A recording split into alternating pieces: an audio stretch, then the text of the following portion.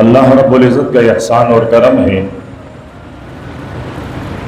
کہ اللہ رب العزت نے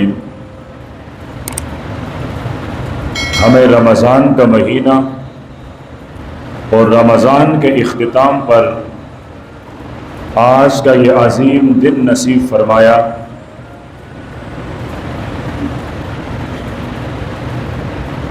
سید کونین صلی اللہ علیہ وسلم ہجرت فرما کر مدینہ منورہ میں آ کر آباد ہوئے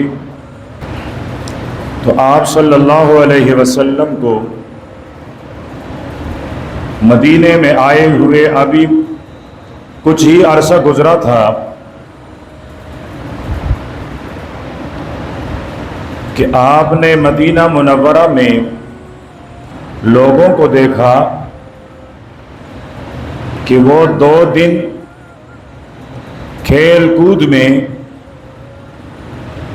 لہو لعب اور تماشوں میں صرف کیا کرتے تھے۔ تو پوچھا گیا کہ یہ کیا چیز ہیں؟ تو بتانے والوں نے بتایا کہ یہ ہمارے خوشی کے دن ہیں، اس میں ہم اپنے خوشی کا اظہار کرتے ہیں۔ تو اللہ کے پیارے پیغمبر نے ارشاد فرمایا کہ اب اس کے بدلے میں اللہ پاک نے تمہیں 2 مزید دن عطا کر لیے ہیں، اور ان میں سے ایک دن یہ آج کا عید الفطر کا دن ہے، اور ایک فرمایا کہ وہ عید الاضحیٰ یعنی بڑے عید قربانی والے دن اس کی خوشی ہے۔ تو اللہ رب العزت نے ہمیں کھیل تماشے لہو لعب کے بجائے یہ 2 عظیم دن عطا کیے کہ اس میں ہم اللہ پاک کی عبادت بھی کر سکیں اور اس میں اپنے خوشی کا اظہار بھی کر سکیں۔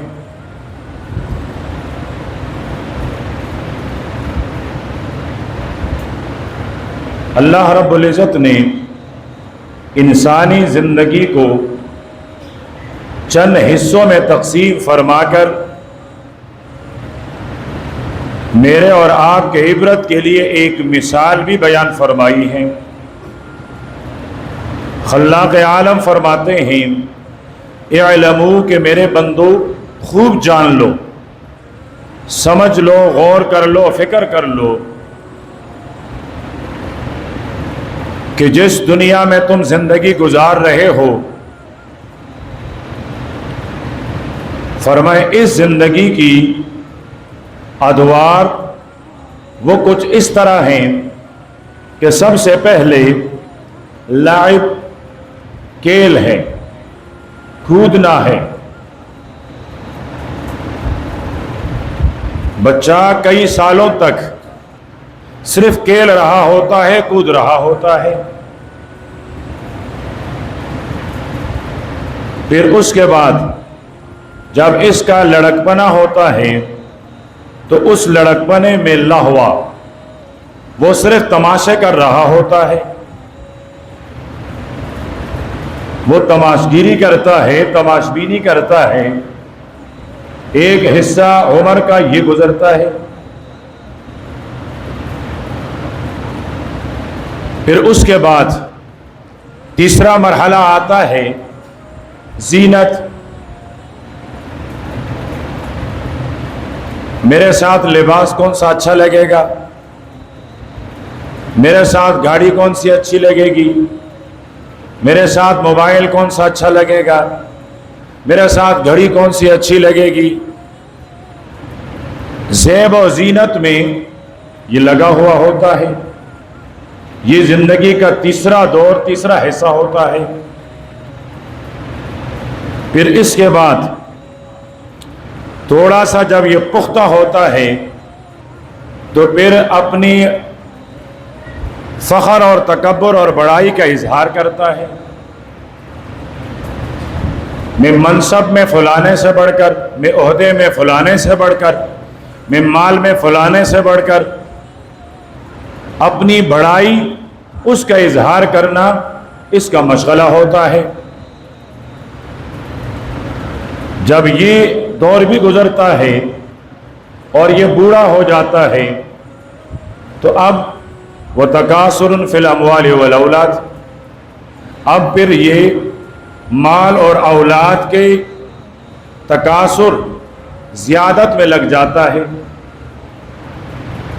میرے اتنے بچے ہیں، میرا مال اتنا ہے، فلانے کے بچے بھی کم، فلانے کا مال بھی کم، میں اس سے مال میں اتنا بڑھ کر، میں اس سے اولاد میں اتنا بڑھ کر. اور پھر اسی حرص میں، تکاثر میں موت کا فرشتہ سلام کرتا ہے اور اس کی روح پرواز کر جاتی ہے.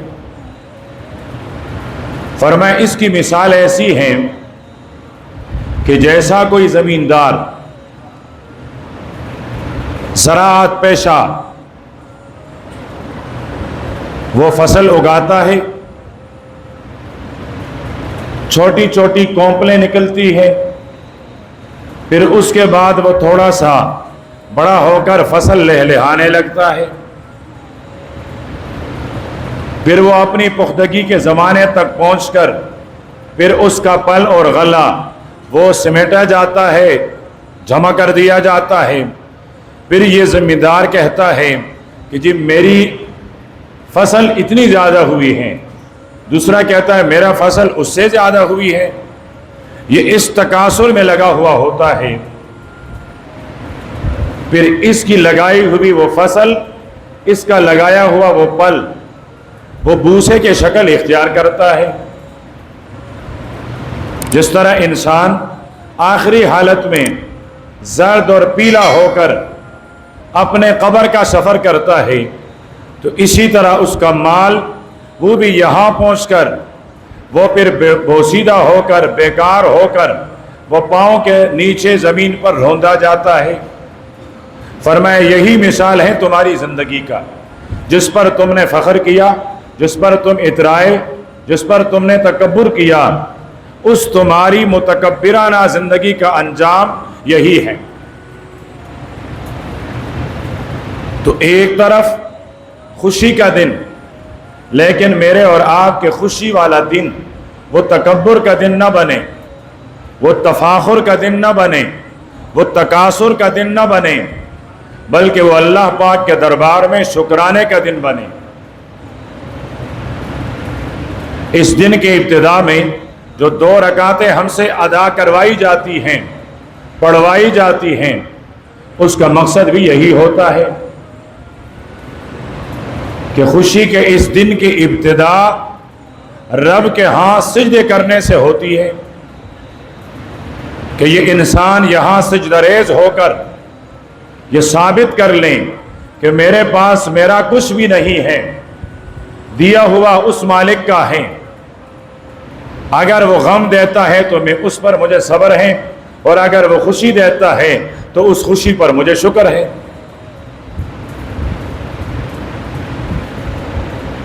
دوسری بنیادی بات،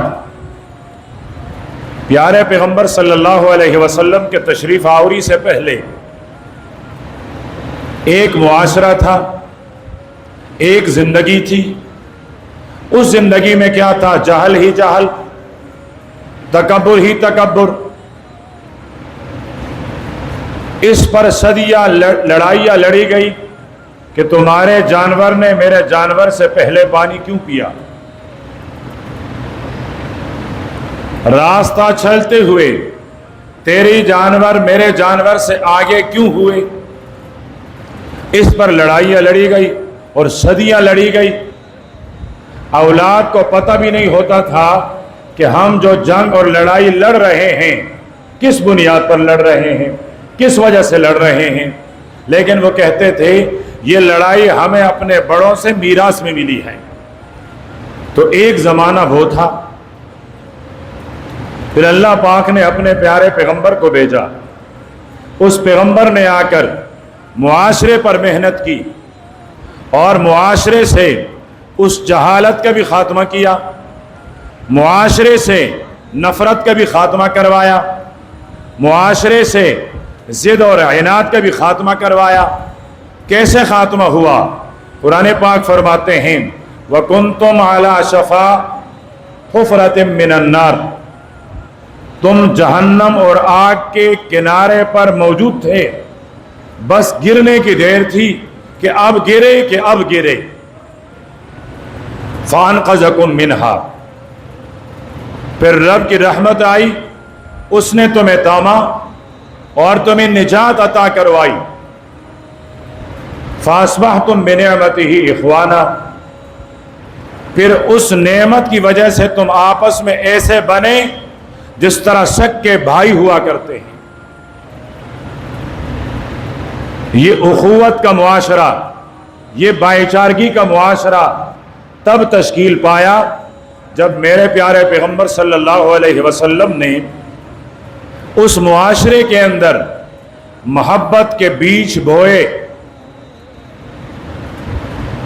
ایثار اور ہمدردی کے بیج بوئے، تو تب جا کر معاشرے میں ایک فصل تیار ہوئی، اور خیرخواہی اور ایثار، اخوت اور بھائی چارگی کا کس طرح کا فصل تیار ہوا۔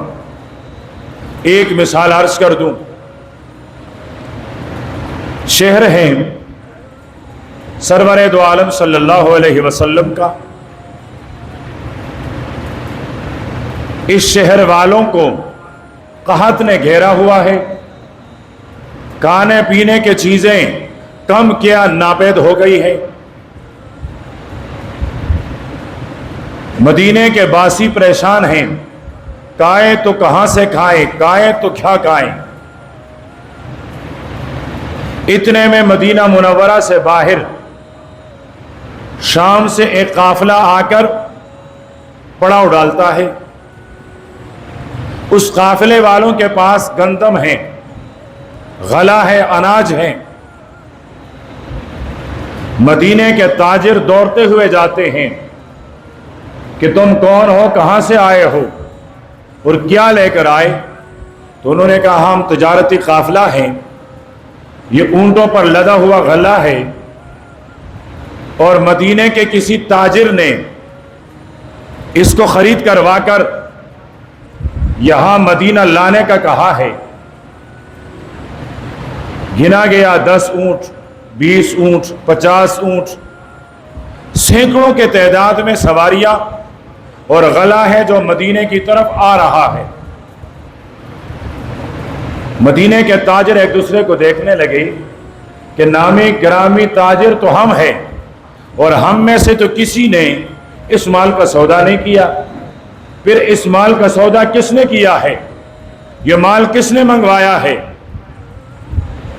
پوچھا گیا تو قافلے والوں نے کہا ہم تو مزدور ہیں، ہم تو لانے والے ہیں، ہمیں اتنا پتہ ہے کہ یہ مال مدینے کے اندر ایک آدمی کا ہے جس کا نام عثمان ہے۔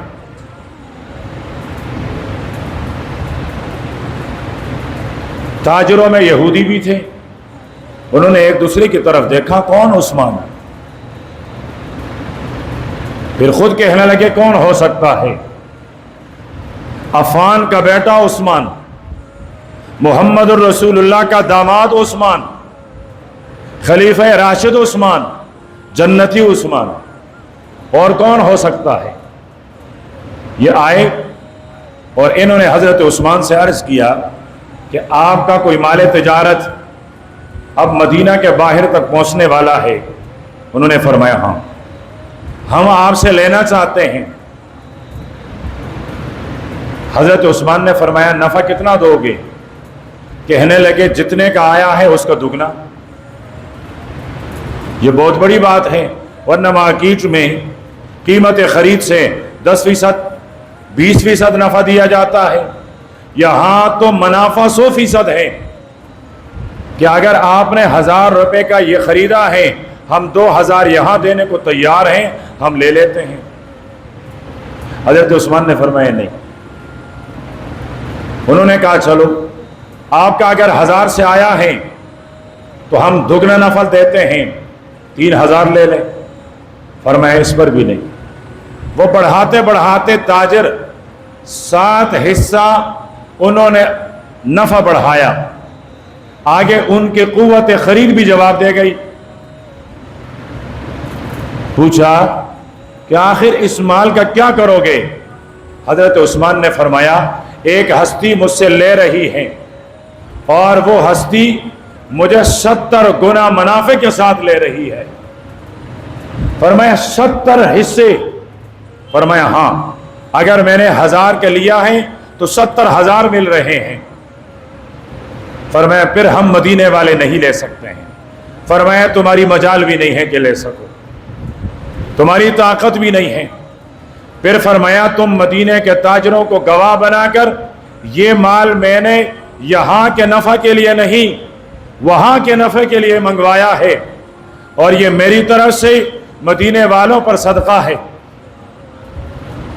کیا ایثار اور کیا ہمدردی! یہ ہمدردی پیدا کروائی تھی میرے پیغمبر نے۔ اس ہمدردی کی، اس ایثار کی، اس خیرخواہی کی بنیاد ڈالی تھی میرے پیغمبر نے۔ خیرخواہی کیا ہوتی ہے؟ انسان جو اپنے لیے سوچے وہی ہر انسان اور ہر مسلمان کے لیے سوچے۔ آپ نے کوئی ایسا عقل مند انسان دیکھا ہے جو یہ کہیں کہ مجھے نقصان ملے؟ دیکھا ہے ایسا عقل مند انسان؟ نہیں دیکھا ہوگا نا، اس لیے کہ ہر انسان کہتا ہے مجھے فائدہ ملے۔ ایسا کوئی عقل والا انسان نظروں سے دیکھا گیا ہے جو یہ کہیں کہ میری شرمندگی اور بے عزتی ہو جائے، مجھے عزت نہ ملے؟ دیکھا گیا ہے؟ نہیں۔ ہر انسان چاہتا ہے مجھے فائدہ ملے، ہر انسان چاہتا ہے مجھے عزت ملے، ہر انسان چاہتا ہے معاشرے میں میرا وقار ہو۔ تو آقا کے دین نے مجھے اور آپ کو پابند بنایا ہے کہ جب تم فائدہ چاہتے ہو تو اپنے مسلمان بھائی کو فائدہ پہنچاؤ، جب تم عزت چاہتے ہو تو اپنے مسلمان بھائی کی عزت کی فکر کریں، جب آپ وقار چاہتے ہیں معاشرے میں تو پھر اپنے مسلمان بھائی کو معاشرے میں وقار دیں۔ اور یہی وہ بنیادی چیز ہیں جو میرے اور آپ کے معاشرے سے ختم ہو گئی ہے، جو میرے اور آپ کی زندگی سے پرواز کر گئی ہیں، جو میری اور آپ کی زندگی کا حصہ نہیں رہی ہے۔ آج اس بابرکت دن میں بھی میرے اور آپ کے دل میں وہ خیرخواہی موجود نہیں ہوگی جو بحیثیت مسلمان، جو بحیثیت مومن مجھے اور آپ سے طلب کیا جاتا ہے۔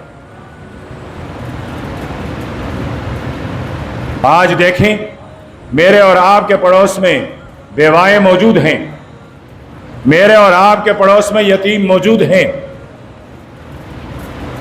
بھرے مجمع سے عرض کر رہا ہوں، کس نے آتے ہوئے کسی یتیم کے سر پر ہاتھ رکھا ہے اور اسے یہ کہا ہے بیٹا تیرا والد نہیں ہے، چل میرے ساتھ، میں تجھے عیدگاہ لے چلوں، میں تجھے نماز پڑھواؤں، اس لیے کہ تیرا بابا نہیں ہے؟ اگر وہ ہوتا تجھے بھی انگلی سے، تو اس کا انگلی پکڑ کر کے وہ تجھے انگلی سے چلوا کر یہاں تک لے آتا۔ کون ہے ایسا؟ کس نے کیا ہے؟ کون ہے ایسا پکا پختہ مومن جس نے اپنے گھر والی سے یہ کہا ہو، اس پڑوس والے سے، اس پڑوس والے سے، اس پڑوس سے، وہاں سے معلوم کر لو اگر کوئی بیوہ ہیں جو کچھ آپ کی عید کے تیاری کے لیے تیار کیا گیا ہے وہ بھی ہماری مسلمان بہن ہے، اس کے گھر میں بھی اسی کی طرح تیاری ہو جائے۔ کس نے کیا ہے؟ سوچا بھی نہیں ہوگا۔ پھر ہم کیا منہ دکھائیں گے کل حشر کے میدان میں اپنے آقا سے کہ آپ نے ہمیں اخوت دی تھی، آپ نے ہمیں بھائی چارگی دی تھی، آپ نے ہمیں ایثار اور ہمدردی والی زندگی عطا کی تھی۔ کیا منہ دکھائیں گے؟ انتہائی معذرت کے ساتھ پہلے اپنے آپ سے مخاطب ہوں کہ آج ہمارے صرف شکل انسانوں کے رہ گئے ہیں، ہمارے جسم انسانوں کے رہ گئے ہیں، ورنہ ہم اپنی مزاج کے اعتبار سے، اپنے طبیعت کے اعتبار سے، اپنے خو کے اعتبار سے درندے اور جانور ہیں۔ ہم جو کچھ کر رہے ہیں، ہم جو کچھ دیکھ رہے ہیں، وہ انسانوں کے معاشرے میں نہیں، وہ حیوانوں کے معاشرے میں پروان چڑھتا ہے۔ تو اللہ کے پیارے پیغمبر نے ہمیں حیوانیت کی زندگی سے نکال کر انسانیت والی زندگی کے راہ اور شاہراہ پہ ڈال دیا تھا۔ میری اور آپ کی زندگی کا سفر جس راستے پر ہوگا وہ راستہ وہ ہوگا جو انسانیت والا راستہ ہو، اور انسانیت والے راستے میں ایثار ہوتی ہیں، ہمدردی ہوتی ہے، خیرخواہی ہوتی ہے۔ تو اللہ کے پیارے پیغمبر نے ہمیں خیرخواہی عطا کی ہے۔ کس طرح کی خیرخواہی؟ میرے پیغمبر کے صحابی ہیں حضرت جریر ابن عبداللہ بجلی رضی اللہ تعالیٰ عنہ، صحابی ہے میرے پیغمبر کا، دربار میں آ کر آپ کے ساتھ بیعت کرنا چاہتا ہے۔ عرض کرنے لگے اللہ کے پیارے پیغمبر آپ ہاتھ بڑھائیے تاکہ میں آپ کے ہاتھ پر ہاتھ رکھ کر بیعت کر لوں۔ جب وہ ہاتھ بڑھانے لگا تو اللہ کے پیارے پیغمبر نے اپنا ہاتھ کھینچ لیا۔ عرض کرنے لگے آقا میں بیعت کرنا چاہتا ہوں، میں بیعت کرنا چاہتا ہوں۔ تو آپ صلی اللہ علیہ وسلم نے فرمایا تم بیعت کرو گے لیکن پہلے میں کوئی شرط رکھنا چاہوں گا، اگر آپ اس شرط پر پورا اتریں تو تب جا کر میں آپ سے بیعت کر لوں، اگر آپ ان شرط پر پورا نہ اتریں تو پھر میں آپ سے بیعت نہیں کروں گا۔ عرض کرنے لگے حضرت جریر ابن عبداللہ اللہ کے پیغمبر میں تیار ہوں، آپ شرطیں رکھیں۔ اللہ کے نبی نے فرمایا بیعت اس شرط پر کہ تم 5 نمازیں پابندی کے ساتھ ادا کرو گے۔ حضرت جریر عرض کرنے لگے آقا حاضر۔ دوسری بات فرمایا بیعت اس شرط پر ہوگی کہ آپ زکوٰۃ ادا کرو گے۔ انہوں نے کہا لبیک اللہ کے پیغمبر میں حاضر۔ تیسرے نمبر پر فرمایا وَالنُّصُحِ لِكُلِّ مُسْلِمٍ، ہر مسلمان کے ساتھ خیرخواہی، ہمدردی اور ایثار کا جذبہ رکھو گے۔ حضرت جریر ابن عبداللہ فرمانے لگے لبیک یا رسول اللہ میں حاضر ہوں۔ صحابی ہیں حضرت جریر ابن عبداللہ بجلی رضی اللہ تعالیٰ عنہ۔ آپ کو بھی یاد ہے کہ اس نے پیارے پیغمبر کے ساتھ بیعت کی اور شرائط لگائے اللہ کے نبی نے۔ ان میں سے ایک شرط یہ ہے کہ جی میں اللہ کے پیارے پیغمبر حضرت جریر کے ساتھ بیعت اس شرط پہ کر رہا ہوں کہ میں ہر مسلمان کا خیرخواہ رہوں گا۔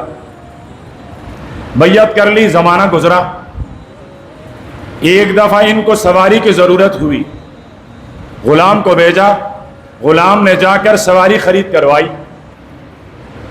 اس نے پوچھا یہ گھوڑا آپ نے کتنے کا خرید کر لایا؟ اس نے کہا جی 300 درہم۔ اس نے کہا گھوڑا تو بہت عمدہ ہے۔ تھوڑی دیر دیکھنے کے بعد کہا اس کے مالک کو بلوایا جائے۔ مالک بلوایا گیا تو آپ نے اس کے مالک سے کہا آپ 300 کے بجائے 400 درہم لینے پہ راضی ہوں گے؟ اس نے کہا ابا عبداللہ یہ آپ کا احسان ہوگا، یہ آپ کی طرف سے ہے، آپ جیسا کرو گے ہم تیار ہیں۔ تھوڑی دیر بعد اس نے کہا کہ نہیں 400 نہیں، آپ کا گھوڑا اس سے بھی زیادہ عمدہ ہے، آپ مجھ سے 500 درہم لے لیں۔ پھر اس نے گھوڑے کو دوڑوایا، پھر اس نے کہا نہیں، اگر یہ گھوڑا میرا ہوتا تو 700 درہم سے کم میں نہ دیتا، تم 700 لے لو۔ جب وہ گھوڑا کھڑا ہوا اس نے 3 پاؤں زمین پہ رکھے، ایک تھوڑا سا اوپر ٹکھایا تو اتنے میں اس نے کہا نہیں یہ 800 درہم کا ہونا چاہیے۔ جو گھوڑا اس کو خود مالک 300 درہم دینے پہ راضی تھا، اس نے قیمت بڑھا کر اس کو 800 درہم میں لے لیا۔ کسی نے کہا کہ آپ کو 300 میں مل رہا تھا تو اچھی بات تھی۔ فرمایا میں جانتا ہوں کہ مجھے دنیا کا فائدہ 300 والے میں تھا، لیکن میرے پیارے پیغمبر کے ہاتھ پر ہاتھ رکھ کر بیعت کر لیا تھا، اور وہ بیعت یہ تھی کہ میں ہر مسلمان کے ساتھ خیر خواہی اور نصیحت، ایثار اور ہمدردی کا معاملہ کروں گا۔ تو میں نے جب جب دیکھا اگر یہ سواری یہ گھوڑا میرا ہوتا تو کتنے میں بیچتا، کتنے میں اس کو فروخت کرتا۔ ہر دفعہ میرے دل نے کہا بڑھا دو بڑھا دو بڑھا دو، میں بڑھاتا گیا۔ 800 پر آ کر میرے دل نے کہا عبداللہ اگر جریر اگر یہ تیرا ہوتا تو تم اس کو 800 درہم میں بیچتے، پر میں اس لیے میں نے 800 درہم میں بیچا۔ میرے پیغمبر نے معاشرہ تیار کیا ایثار اور ہمدردی کا، تو اس طرح کا معاشرہ تیار کروایا۔ آج مجھے اور آپ کو اس طرح معاشرے کی ضرورت ہے کہ مجھے اور آپ کو آج اس طرح ایثار اور ہمدردی کا معاشرہ ملے۔ تو آج خوشی کے اس دن میں ہم اپنے یتیم بچوں کو، اپنے بیوہ بہنوں کو، مسکین نادار یسیر اپنے پڑوسیوں کو عید کے خوشی میں برابر کا شریک کروائیں، تاکہ کسی کو یہ احساس نہ ہو جائے کہ میرے پاس مال ہوتا، کسی کو یہ احساس نہ ہو آج اگر میرا بابا زندہ ہوتا، کسی کو یہ احساس نہ ہو آج اگر میرا سرتاج، میرا سردار، میرا آقا زندہ ہوتا تو میرے لیے بھی وہ تمام چیزیں خرید کروائی جاتی جو میرے پڑوسنوں کے لیے خریدی گئی ہیں۔ اس جیسے برابری کے لیے، اخوت کے اس مثال قائم کرنے کے لیے پیارے پیغمبر نے ہمیں اپنی زندگی اور اپنی سیرت عطا کی ہے، عملی زندگی عطا کی ہے۔ اور پیارے پیغمبر صلی اللہ علیہ وسلم کے فرامین، آپ کے ارشادات، وہ اس چیز کا ہمیں حکم دیتی ہیں۔ اللہ پاک ہم سب کو اس پر عمل کرنے کے توفیق عطا فرمائیں۔